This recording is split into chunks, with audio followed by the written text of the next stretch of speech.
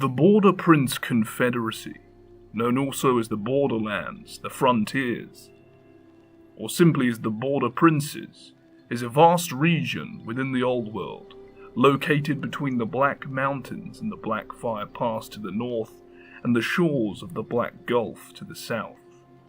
This region of vast wilderness is home to a multitude of petty human kingdoms that were first established by highly ambitious adventurers who sought to create a realm of their own.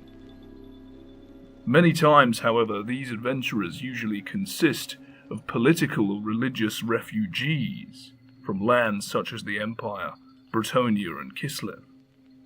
As such, these lands are infamous as the homes of a wide variety of bandits, mercenaries, cutthroats, pirates, and other lawless fugitives.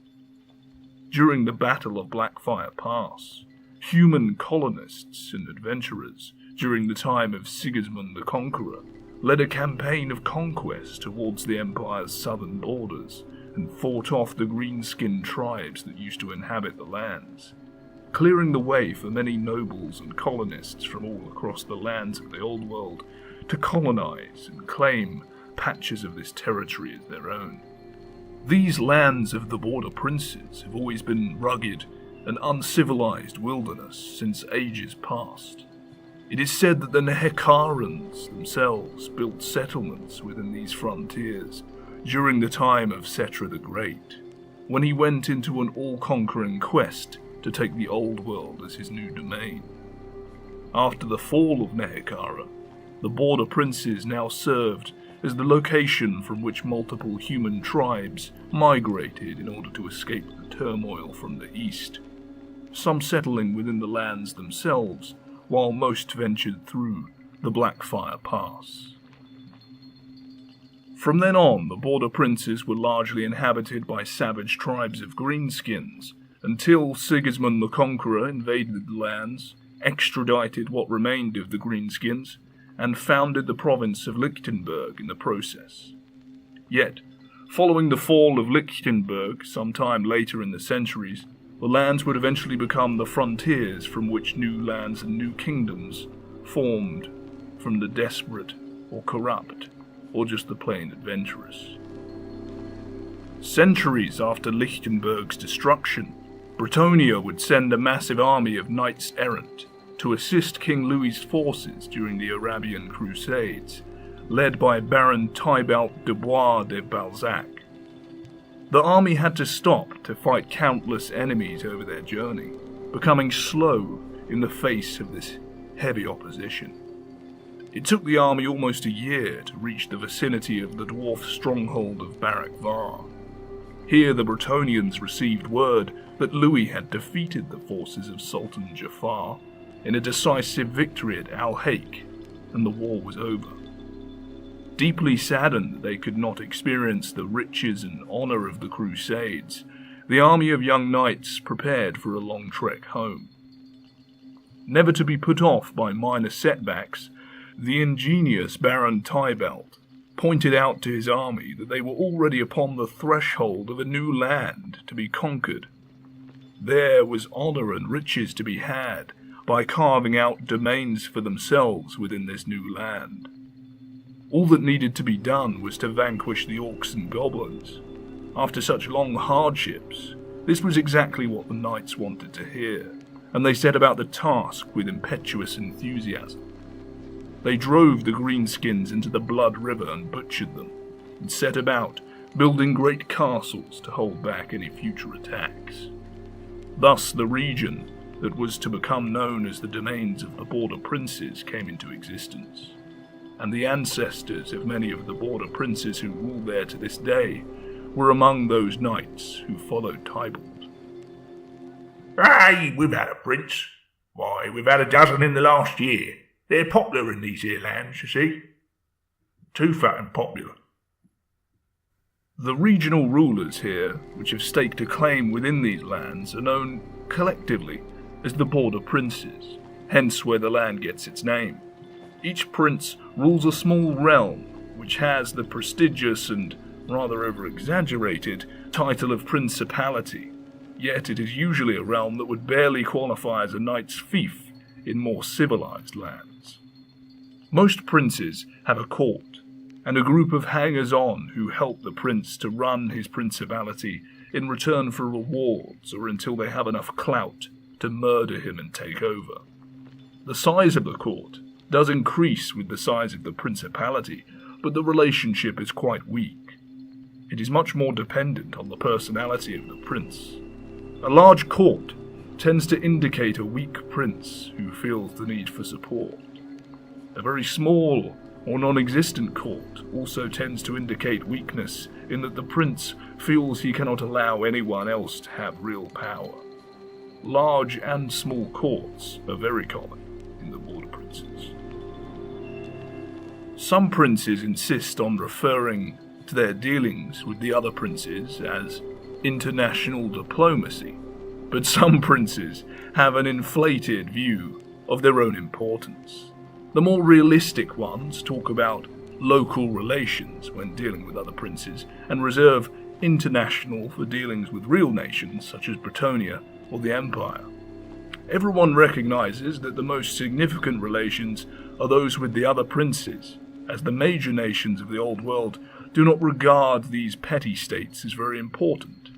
Since a mere mayor in the Empire might have more power over more people than most of these princes, you can see their point. Still, politics in the border princes are vicious because the stakes are so small. A prince who loses his principality might be able to get a new one, just as good, after a couple of lucky battles or one lucky assassination. Thus, there are a lot of princes who think that it is worth risking everything to grab a little bit more power or a little bit more security. Curious stalemates and watchful pieces are very rare in this area. This makes life exciting, but deeply unsafe.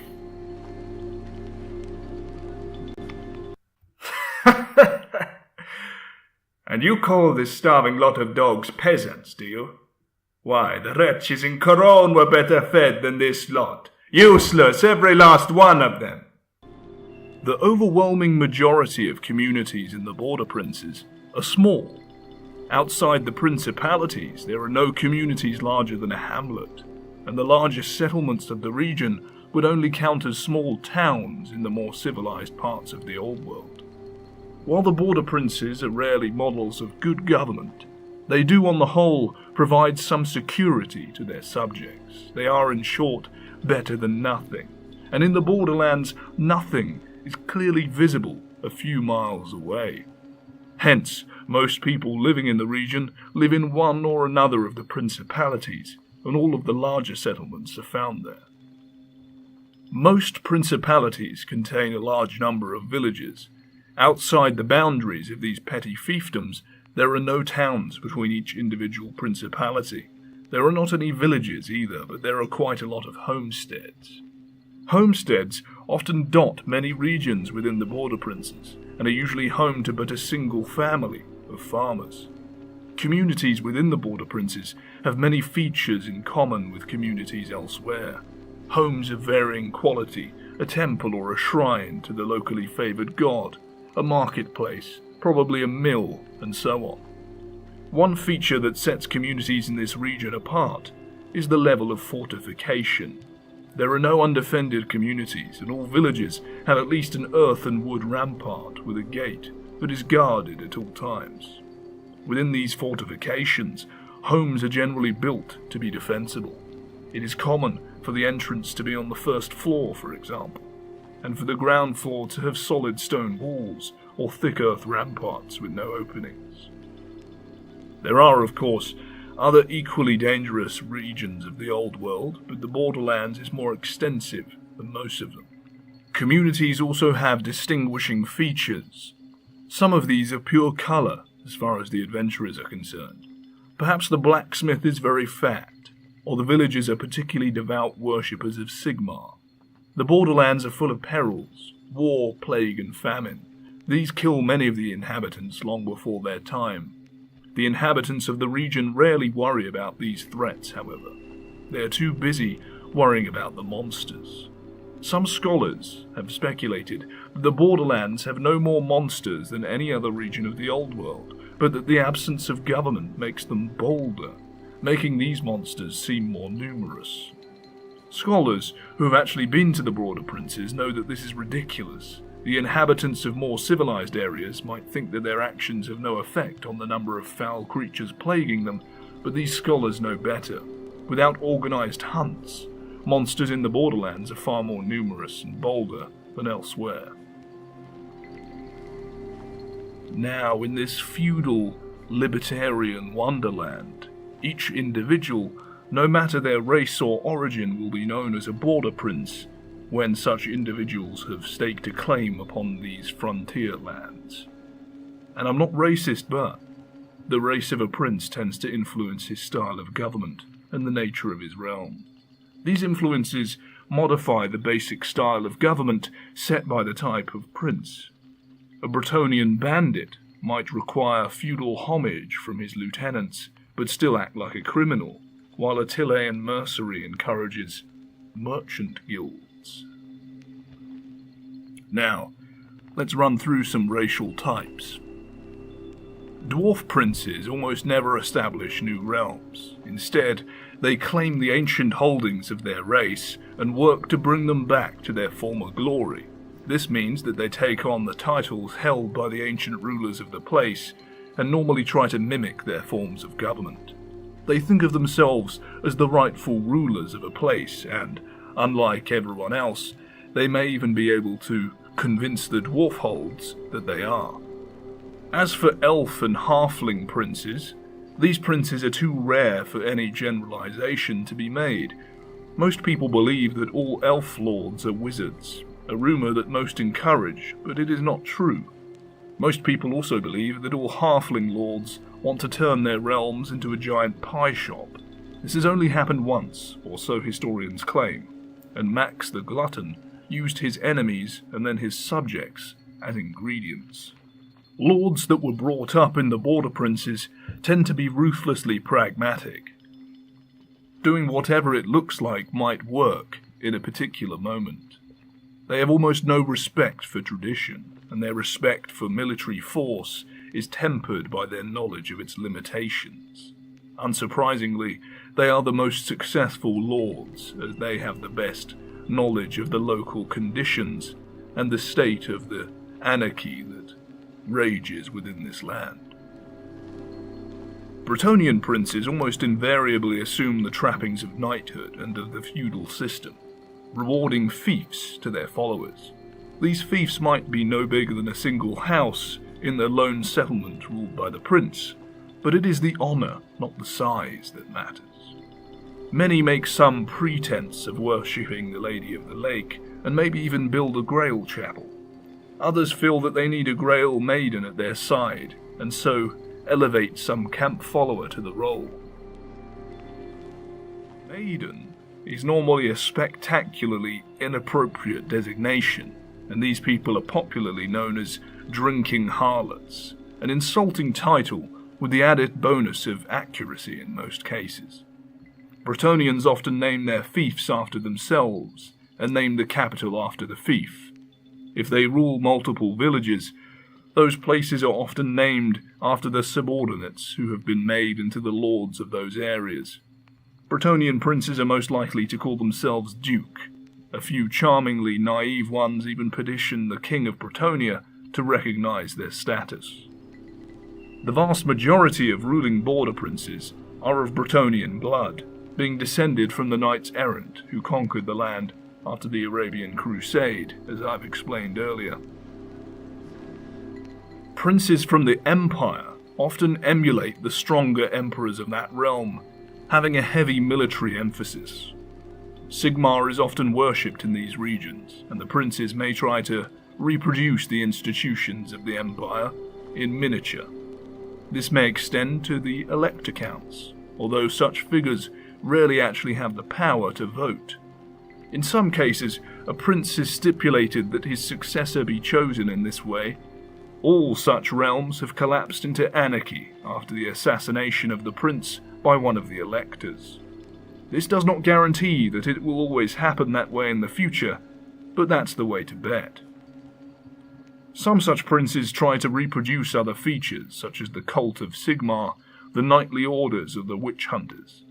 A few try to reproduce the colleges of magic, but that invariably leads to the destruction of the realm by cultists of the ruinous powers, nurtured in the rogue college's very bosom.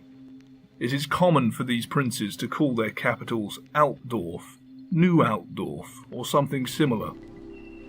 Those from other regions of the empire might prefer Middenheim or Newland as the base, and the names of other imperial cities are attached to tiny hamlets. This practice has led to the inhabitants giving all the places called Altdorf different epithets to distinguish them. Drunken Altdorf is the location of a particularly fine winery, Soggy Altdorf is in a swamp, and Stinky Altdorf is the home of tanners. All are examples that have been around for so long that the names have stuck. So let me know, would you prefer to live in this land, where you have more freedom but also more anarchy, or would you rather live in Bretonnia or the Empire? Let me know.